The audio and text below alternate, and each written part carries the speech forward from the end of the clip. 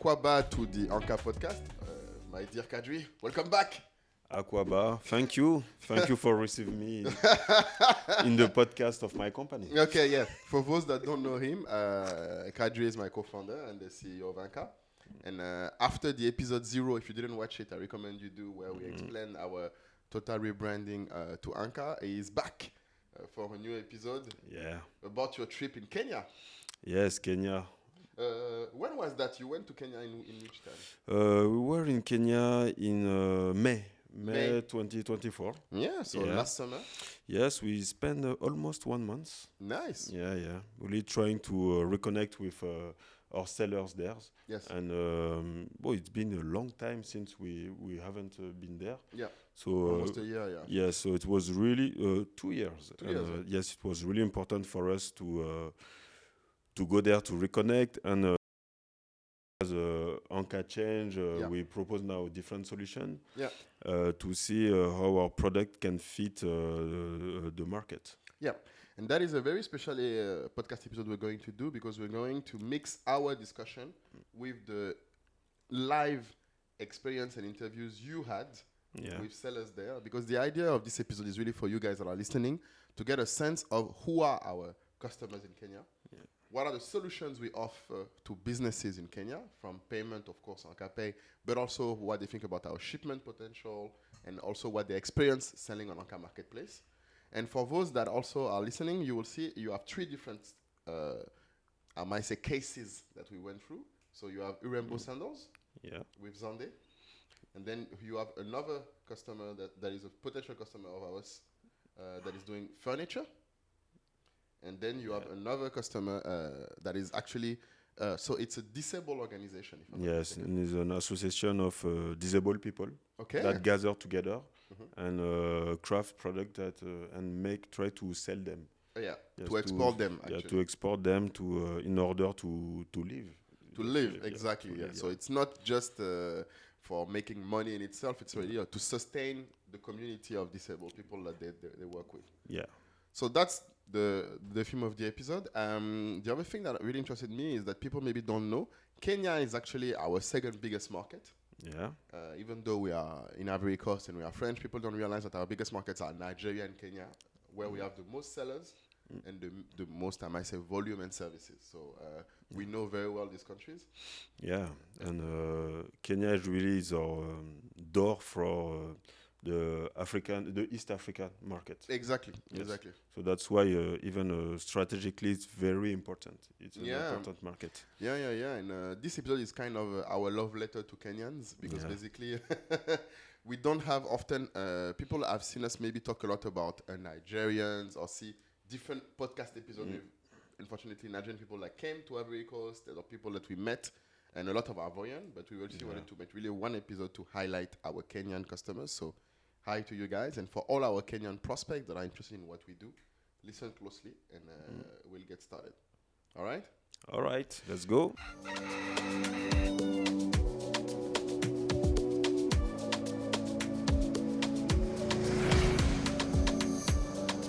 My name is Zande Ayub. I'm the co-founder of Urembo Crafts. Urembo Crafts is a Kenyan company that was founded in the year 2018. And we are the manufacturers and sellers of African-inspired items. When you look at this industry today and what the industry was 3 or 5 years ago, there's a very big difference. It takes time to get credibility because you're selling an experience. Sometimes this time is longer and the sales are not commensurate. So at a certain point, you sort of struggle as a business. That was a really hard time. We had to really think on how to work on our working capital to make sure that we don't close shop, because you have people that are depending on you. The main challenge was limited funding, because it gets to a point where you want to give your clients the best in terms of quality. But setting up a workshop that you'll have control over aspects of quality, lead time, and other aspects of production became a little bit harder. We want to set up the first ever African-inspired hypermarket Africa. We believe that if our clients get into that shop, or into Urembo Crafts hypermarket, they'll get whatever they want as long as they are focusing on getting something Africanized. It's not going to be easy. It's going to be tough. It's not going to be a walk in the park. It's not going to make you feel comfortable. It's going to make you lose friends, but in the whole process, it will help you discover yourself. So my advice is to the entrepreneurs who are not so sure. Be consistent, just start. Start from wherever you are. Start at your backyard. Start from your bedroom. Just start. Something will come out of it. Okay, so we'll start quickly first with the interview, and we are going to meet so Zande of Urembo Crafts. So just before we go into the action and go back there, can you give us a bit of context? From what I've seen in the video, there is a lot of noise. Seems to be a hot sun. Yes. Where were you guys when you did that? Yes, Zande insists to show us his factory. Exactly. Factory outside of Nairobi. So it's not it's not the best place of Nairobi, the most fancy place. Yeah, it's not a fancy place. Where business is done. Yes, it was almost rural. So nice. we take the car there.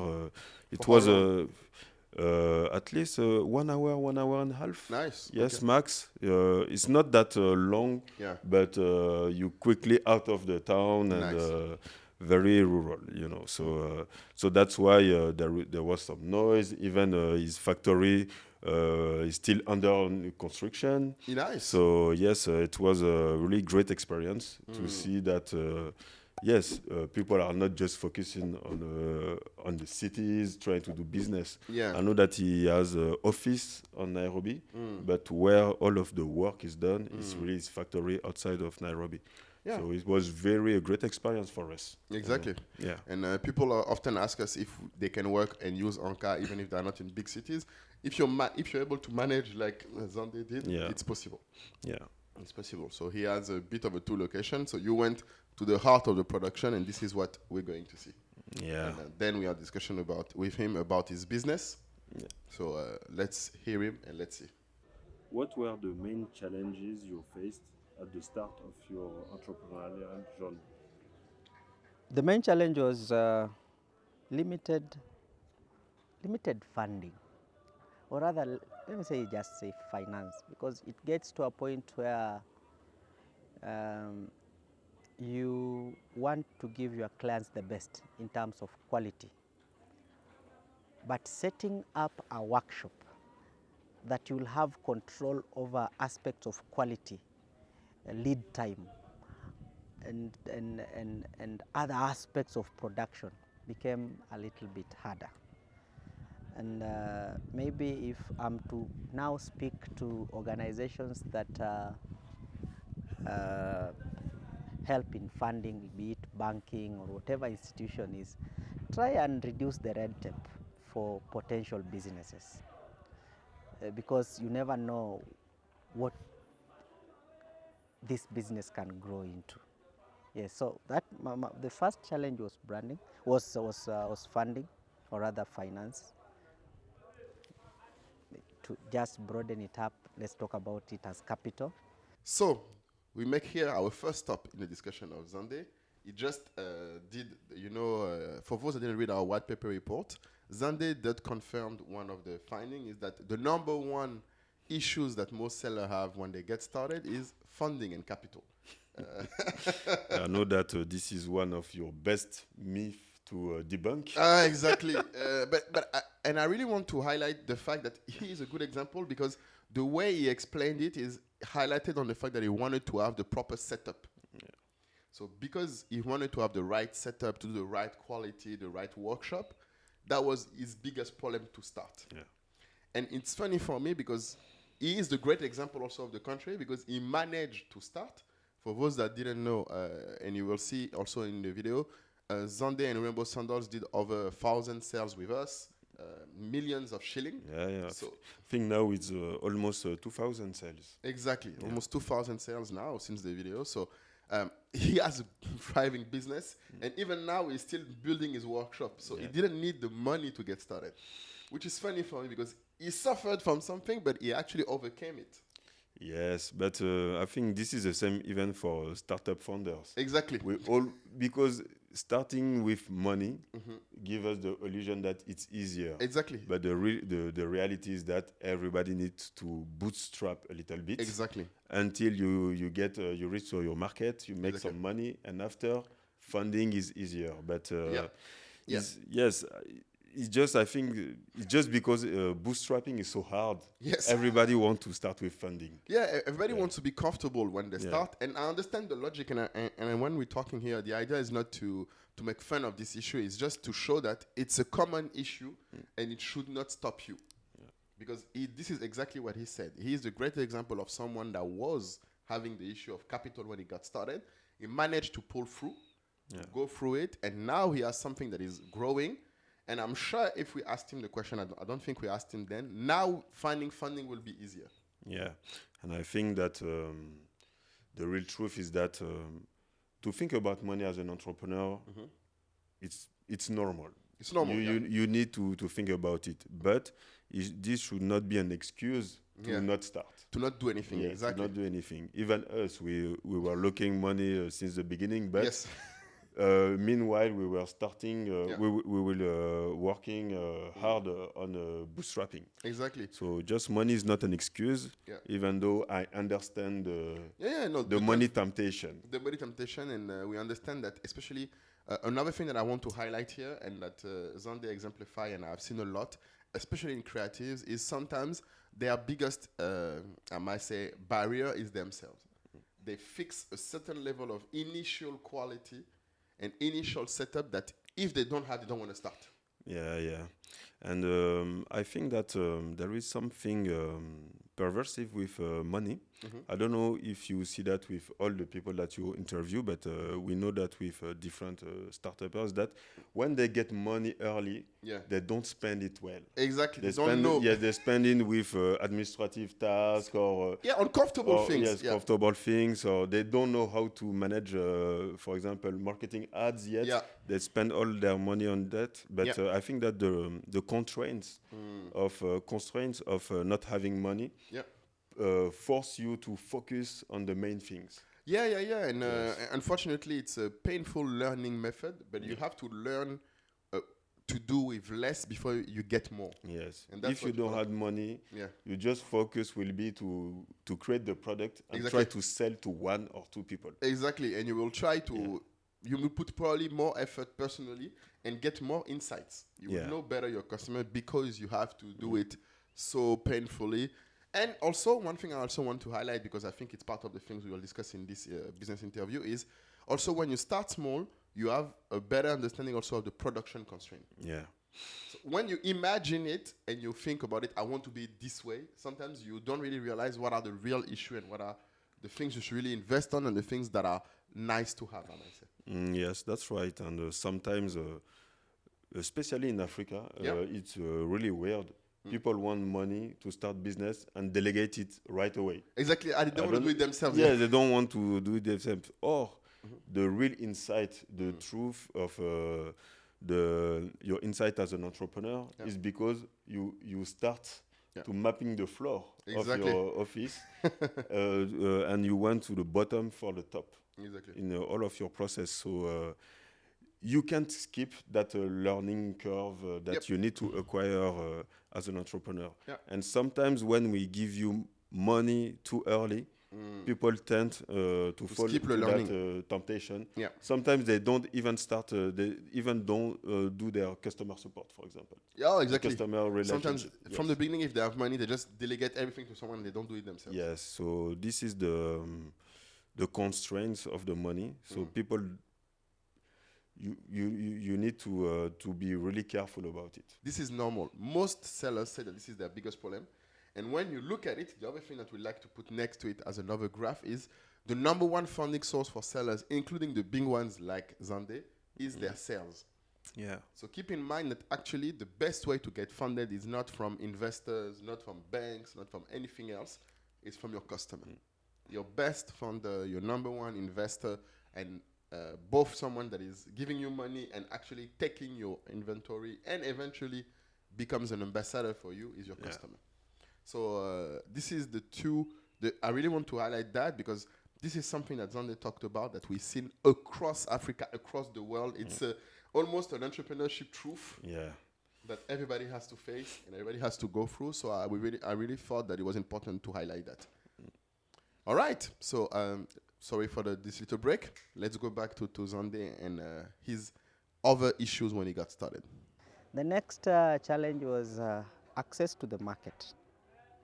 It takes time to get credibility because you're selling an experience. It takes time. And sometimes this time is longer and the sales are not commensurate. So at certain point, you sort of struggle as a business. And that was a really hard time. We had to really think on how to work on our working capital to make sure that we don't close shop, because you have people that are depending on you. You have bidders, you have fixers, you have artisans that are really looking forward to you, but at the same time you're also struggling to keep them. Unless you have a solution to make sure that you have your working capital in place, you may find yourself closing shop. And maybe the third challenge, which is not really a challenge, I would call it as, I'm really looking for the word, it's competition. And when competition is price-based, sometimes it's very unfair. And that is what has marred this industry. What clients see on the other end, they try to look at your product from the price rather than from the value. It is until they get to see your product, that's when they feel like, okay, it is worth the price. But sometimes you cannot survive on the existing clients alone. So convincing the clients that are to come on board based on the pricing that you are selling your item, sometimes it's hard. So competition is a good thing because it helps us step up our customer offerings, but it's also, in a nutshell, it is also sometimes a very big challenge for entrepreneurs. This part, and you were saying that this is, from your experience, this is a very important issue in Kenya, competition. Yeah, competition. We noticed something in Kenya, Kenya's market, especially with the sellers, is that the products are quite similar. More than you will see in other countries. Yeah, especially in West Africa. Yes, I don't quite understand why, but there is not that diversification of product, that creativity that you can find in West Africa, for example. They're going to say that you say Kenyan are less creative than West African. That's not what we're saying. Yes, that's not what I'm saying, but there is not. That's what you noticed. That's what you noticed. In terms of facts, you noticed less variance, less difference in terms of product offering in Kenya. Yes, for example, even if you go on our marketplace, Anka marketplace, and you will see the product from Kenya. Yeah, you can filter, by the way, on Anka marketplace. Yes, you can filter by country, for example, and you will see they're almost the same product. And sometimes it's really complicated as a customer to see the difference. Yeah. So, and the second issue that they have is that Kenyan sellers tend to focus a lot on their own market because they have a lot of tourism. Yeah, they have a lot of tourism, so they are waiting for tourists that come in Kenya to make sales. Yes. And this creates a lot of problem of competition because the products are almost the same. And you can find them 1 meter, close to each other. Close to each other. So because the same target, they target the same person at the same moment with the same product. Yes, and to be that's honest, why they feel the competition is very hard. You're right. Every time I talk to Kenyans, they're always like, competition. No, yes, because for example, if you see on our marketplace, you can see some product. You can find the similar product on Masai market. After, I don't debate the quality because sometimes it's not the quality is better Yes. from the sellers we have. Yeah. But on the video, you don't necessarily see. Yes, and even in Masai market, Almost all the same. Maasai market, it's a type of market in Nairobi. I think there is many markets like that where you can find their local craft. Okay.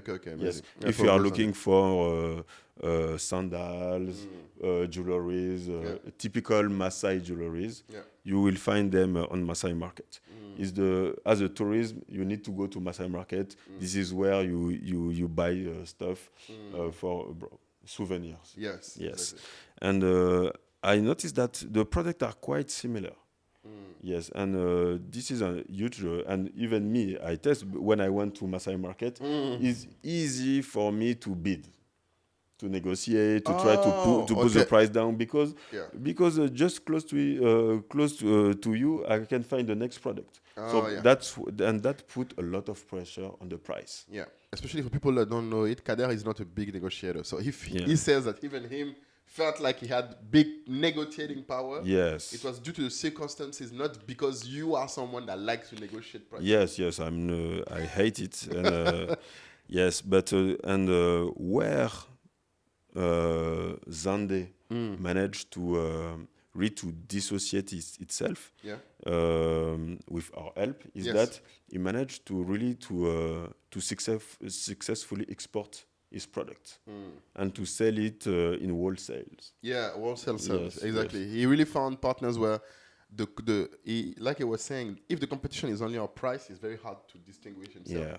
But he went wholesale, so basically you're selling to customers that are doing biggest order, where the value is no longer only the price, it's also how quality you are and also how regular you are in your ability to be consistent delivering on time. Yes, and that gives him a really good strength, is that now we can sell a really quality product. Yeah. And I met him in his factory. You can see he's really passionate about the way his products are made. Yeah. Because he find people abroad that really value the quality of his product. Yeah. So he can sell him at a fair price that allow him to grow his business, to hire more people. Yeah. Yes, and the feedback that he received from his customers give him an edge because he can innovate better.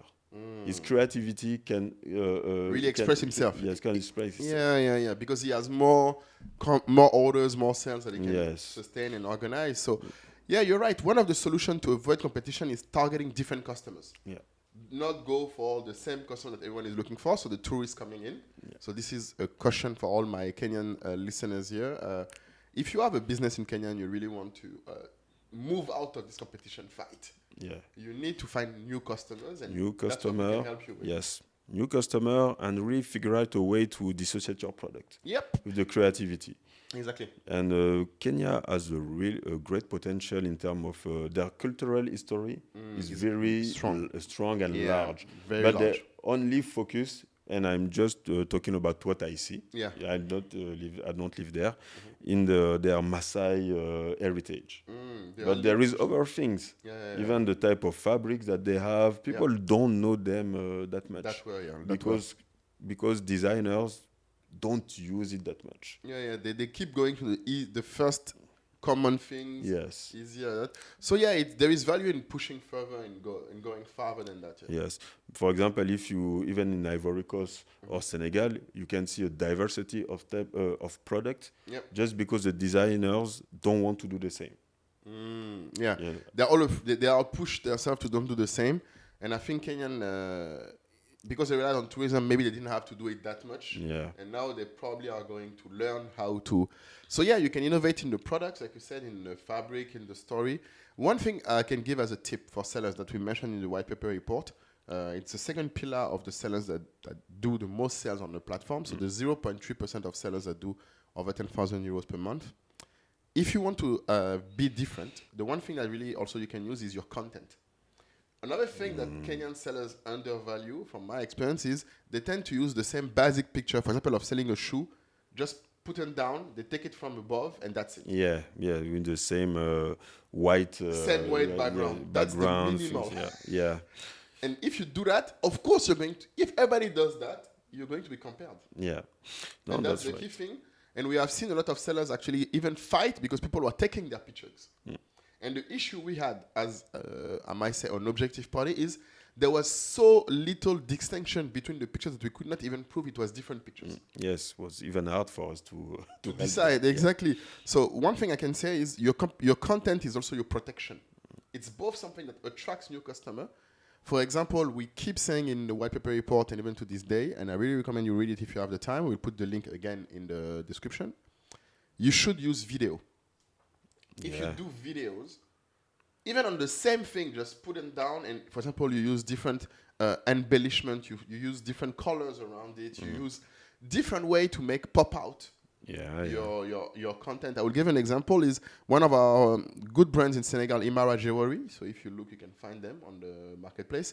They have an amazing content ability to. They have jewelry that is quite standard, but they use very good juxtaposition of colors. Okay. Of flowers to make it very luxurious. It really gives you a sentiment of quality on the product based on the content around it. Yes, and that is really nice. Yeah. And to be honest, the goal is not to be too critical with Kenyan people because their product the quality is really high. It's really high, exactly. Yes. The craft is really, really good. Yeah. It's just the way you push it to find the right customer, or maybe just to innovate a little bit. How do you make the product? Yes, really, the goal, now we are talking about marketing, is really, as a seller in Kenya, how you can create your own identity. Exactly, your own brand identity. And I don't know why, in West Africa, it's easier for people to do that. Yeah, it's more, I don't know if it's more natural or not. But I think, you said, it's because they have less of an easy hanging fruit with tourists. Yes, that's the reason. Yeah. It's because they don't have that much tourism, especially in Ivory Coast. There's not that much tourism. Yeah. So you cannot rely on that to hope to make a business. Yeah. So you need to create your identity. To really create a brand. Yeah. So that's another tip we can give you. If you look in the different episodes we have done of this podcast, you will see. We have received people like Christy Brown. You will see Skin Gourmet. All of these people are people that gave you example of how to make a great brand. And it's, of course, an effort, maybe some investment initially, but it's really, really, really worth it. So we recommend that as a solution to get out of this competition nightmare. Yes, and it's possible. You can see with Zande, it's really possible to go further and to be international. National and then international, Yeah. All right, let's go back to Zande's interview. What strategy have you implemented to drive growth and innovation? To derive growth, the main strategy that we've implemented is constant marketing. Constant marketing through our social media pages. You talk of TikTok, you talk of Instagram, you talk of Facebook, and we boost through Anka, on our Anka marketplace. Our page is always boosted so that we make sure that our ads reach each and every client that is out there for our product. And you know, with the AI today and the social media sales, search engine optimization is a very big aspect of it. So we make sure that in our marketing, we are at the forefront. The next thing is, it is sometimes one thing to convince a client to buy your item, but it's a totally different thing to maintain them or for them to come back. So the best way that we've been able to maintain our clients is consistency in quality offering. Our mantra is quality. It may not necessarily be something we talk about it, but it has been entrenched in our culture as a company. We don't do anything short of customer expectations. So you find that however much there's a lot of competition in the market and price wars is there, a client will always come back because they believe that at Urembo, I'm going to get the best. So I would say constant marketing, but making sure that the client gets the best value for their money. I had to stop again. People will feel like every question you ask, I'm going to answer, but we've been saying that so many times, and it's so nice to hear an actual seller say it again, that you need to be constantly marketing. Marketing and quality. Yes. The other thing that people also forget is constant marketing and also constant effort to make sure that the quality is good enough for the customer to come back. Yeah. So this is really a key thing. And I think in this video, you mentioned the fact that he's on different channels. Yeah, exactly. He doesn't do only one social media. He does all of them. Yeah. He has a big TikTok, if I'm not mistaken. They do very well on He has a big TikTok. His Insta is okay too. Yeah. They have a lot of content coming often also. Yeah. But he built a real team for marketing. For the marketing. Yes. That's a key thing that we didn't see in the video. Yeah. No. Zande is a real entrepreneur and a real businessman. So he has his company, he hires people that can do it, and he follow all the details. So that's why in terms of you can hear him that he's invested in that. Yes, he's invested in that, and even his staff are really great. You know, we meet some of member of his team. Okay. He's really well rounded. You know, yeah, well grounded, and he hired people for that. So that's another thing we also say in White Paper Report is that if you are not comfortable in social media, you need to start, because obviously that will influence what you produce, how you market, but you need also to get the right people around you. Yeah. People that are actually good at this. And another thing to keep in mind that it might not be cheap. Yeah. Just like we talk about content to get out of competition, marketing constantly. It doesn't need to be expensive, but you need to do it regularly. And that's why you need someone that is doing it as his full-time job. Because if you do it yourself, it's very hard to sustain. Yeah, so you really need the resources. It can be money of people or sometimes both of them. Yeah. But and that's why it's really hard when you start. That's the struggle, you know. Yeah. That's why people think that it's always money. But the reality is that, yes, even in your bootstrap strategy, you need to do that. That's what we've done. That's what we did when we started the business. So, exactly. People tend to forget that initially on Africa, I was doing all of the posts. Yes. And analyzing them every week to see what perform, what didn't perform, what we need to do more of. Etc. Yes, the marketing, the support, and the job, and we need to try to manage your first people. Exactly. The reality is that at the beginning you have to do all of this. Yeah. But don't forget, as soon as you have some cash or getting some sales, to try to delegate some of them. Yeah, no, exactly. And as soon as it starts performing, you delegate and you transmit this importance you give to improving it. I remember one thing right now when we speak about it is, I remember the first time we have a Facebook post that performed over 1,000 likes. Oh, yes. It was, I think in 2014. And it was a post, for baby things. Okay. By a seller in Belgium. I don't remember her name, but I remember that I posted, and then the afternoon, I posted in the morning, and then by the end of the day, I was at an event with friends, and I kept seeing that we had more and more and we had over 1,000 and I was shocked because I didn't understand how can something perform this well. We never had that much thing. Yeah. And I left the event with my friends, and I quickly contacted the seller, and I realized that she was also overwhelmed with that. Yes, I remember, And after that, the key thing is she kept doing content like that almost every week. And every week almost we were getting likes. Yes, that is one of important thing when you start your business is that at some point, if you are consistent, you will reach that tipping point. Exactly. When you will have a good buzz. Exactly. Something that works well. Great visibility. And this is where you can change your dimension. Exactly. You need to follow up then. Yes, because it's the following up that will be the most important, and sometimes the really hard. Because extremely difficult because you get too much demand. You need to absorb people's intention. You need to organize. Yes, you really need to be flexible. But this is what we want. This is what we wish for you. Is that exactly those hyper growth, those tipping point, and I think that. And maybe you can confirm it. Every seller that we have has that tipping point with the best sellers. They manage to find the best sellers that explode their visibility. Exactly. Yes, and they manage to convert it. Exactly, because visibility is one thing, and then you need to be able to produce the best seller. To transform it in sales and get the customers. And the other thing is, on the best seller thing, one of the things that we mentioned in our white paper report is basically 80% of the sales are going to come from one product in one color. that people need to know that. Even to this day, Urembo for them is true. It's true for all of the sellers we have on the platform from any type of products.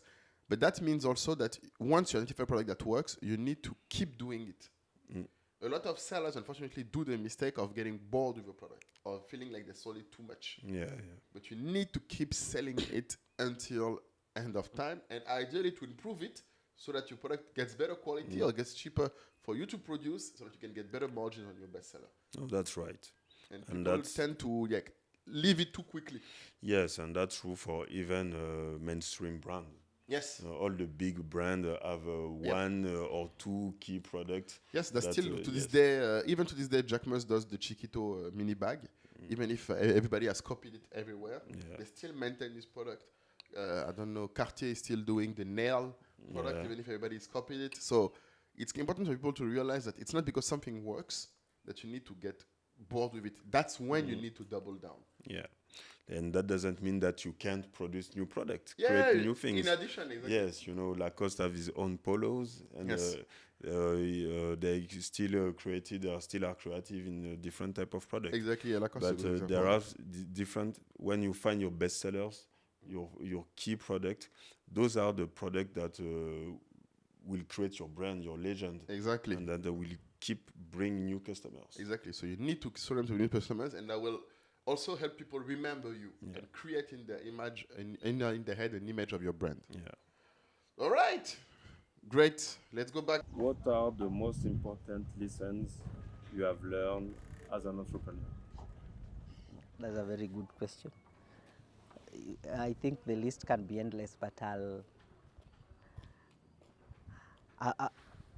personally, I've learned one thing, that as an entrepreneur, I've learned, sometimes when you just say it, it sounds like a cliche, but customer is king. Every other thing you do, any other thing you come with, every the designs that you want to sell, whatever value you feel, as long as the customer is not resonating with it, my friend, you are doomed. So for me, the client is king, the customer is king. In school and in other business forums, you talk about it. But now as an entrepreneur, you feel it. You feel it. So that is one major lesson that I've learned. The second lesson that I've learned is consistency actually beats so many aspects like talent, so many aspects like any other attribute of success. Without consistency is doom. You can be consistent in doing something, sometimes not even very right, but as long as you do it daily, or the interval of doing it is very much regular, you're going to get the results. What are your future plans for your brand? We have short-term plans, mid-term, and long-term plans. Our short-term plans is to open up Urembo to a much broader global market. We are planning to have multiple selling platforms across the world, any that exists, because we've realized today what the world is looking at and what the world wants to experience is handmanship, craftsmanship, and making sure that every item a client buys resonates with their need. And it cuts across all the cultures, because today I'm selling to West Africa, I'm selling to Asia, I'm selling to Russia, I'm selling to Guatemala. All these are people with different demographics. So it tells you that the world is here for us. So that is the short term.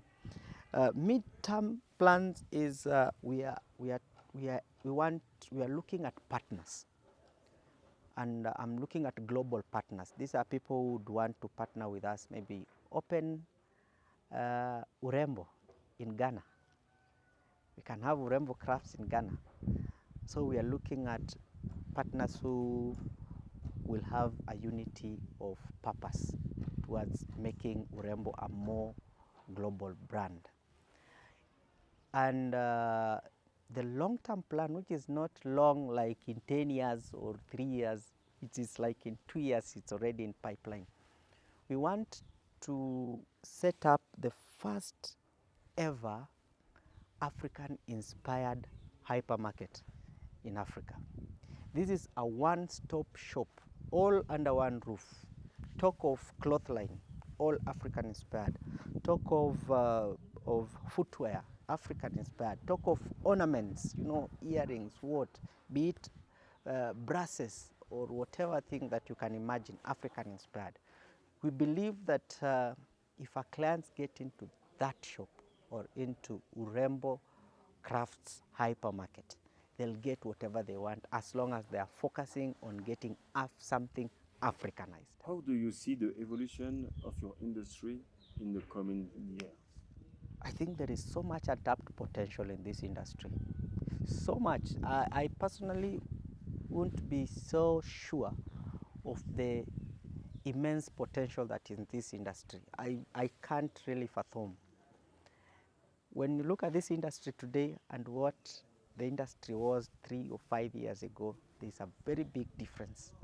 Instead of someone buying a machine-made big brand, talk of Louis Vuitton, you know, talk of all those ones, they'll go for handmade items. I personally believe there's a lot of immense potential in this. And the world is already getting traction of it. I'm looking at a future where you'll walk to Paris, there is an LV shop, you know, there is a Balenciaga shop, you'll have a Nike shop, and then you'll have one of the leading brand in African-inspired items, that is Urembo shop, next to it. Because people want to relate with authenticity. People want to know that this is an item that is unstitched at the heart of Masai Mara, that is unstitched at the heart of Serengeti, that is unstitched at the heart of a certain village in Kumasi. Because we are getting to a point where people just, or clients want to own a brand that is artisanal, a brand that sort of addresses a certain problem in the society. You have a last word. Yes. It can be advice, it can be whatever you want. A message for the community. Yes, I think so. To anyone. To anyone. This is a message to an upcoming entrepreneur, the one who tend to be not so sure of what they are doing. They're at a crossroad. They don't know whether to do this or to do this. They don't know whether to go for this employment opportunity or to pursue their dream. I would tell this person, because I would tell, that is like telling my younger self, I would tell them, pursue your dream.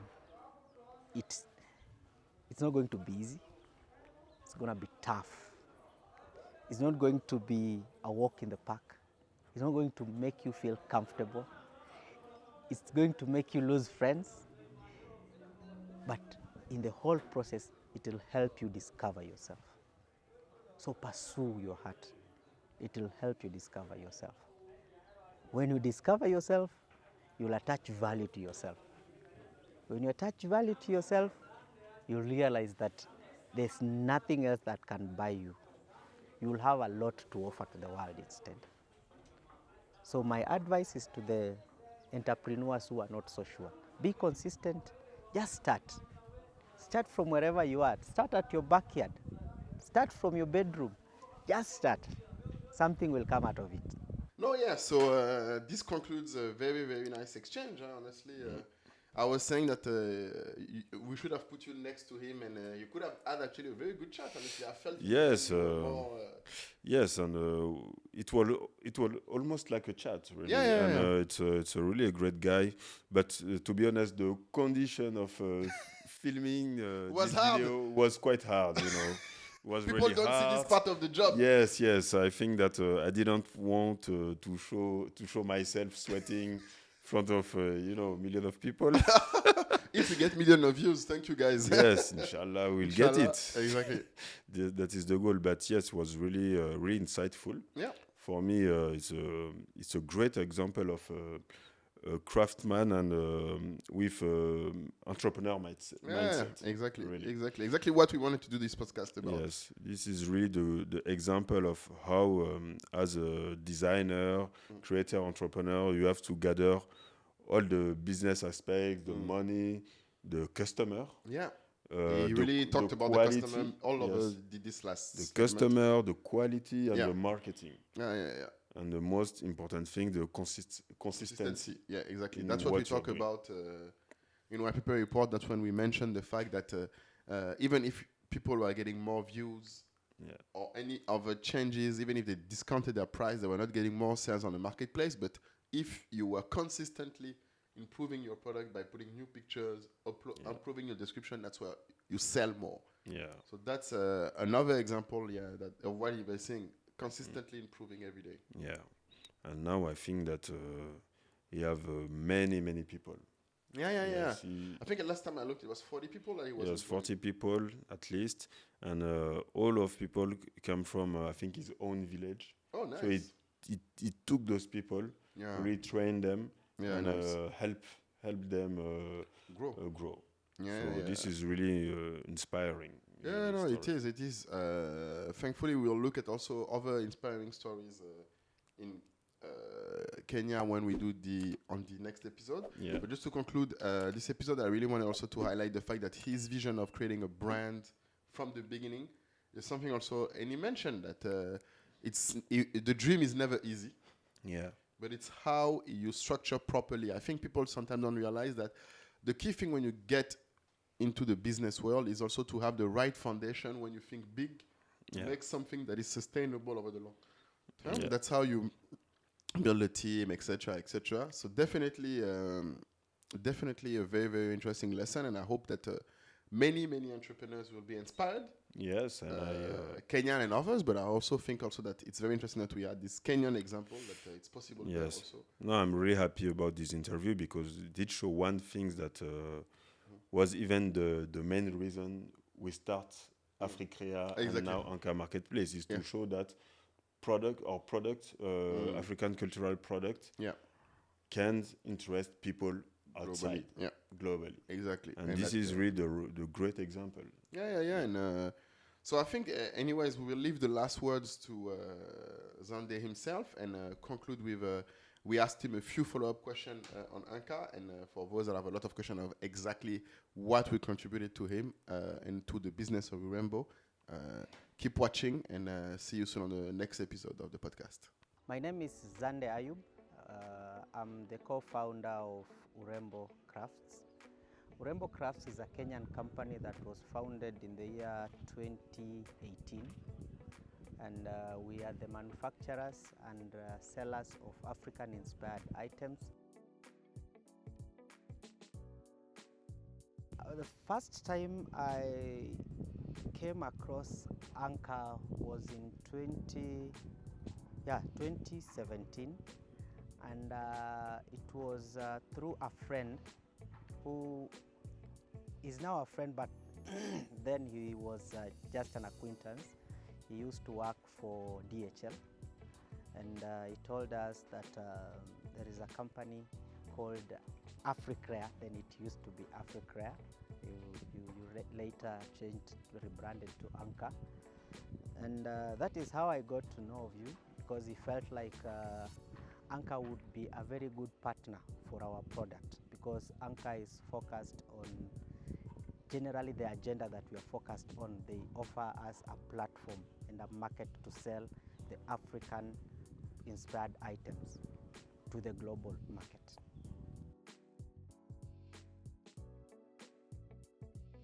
The first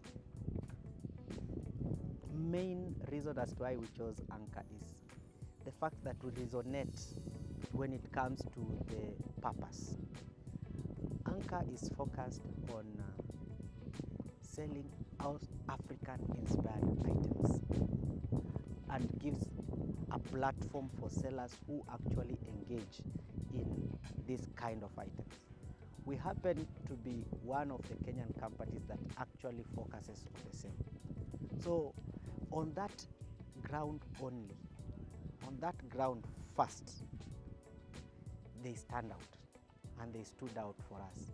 The second and the third and the fourth reason is Anka, apart from offering a marketplace ready with the clients and the market for our product, they have payment solution, the Anka Pay, which is a solution that has really helped us to solve the dilemma of our clients being able to send their payments across the world. They pay and they feel comfortable and confident that their clients, or rather us who are selling, will be able to deliver.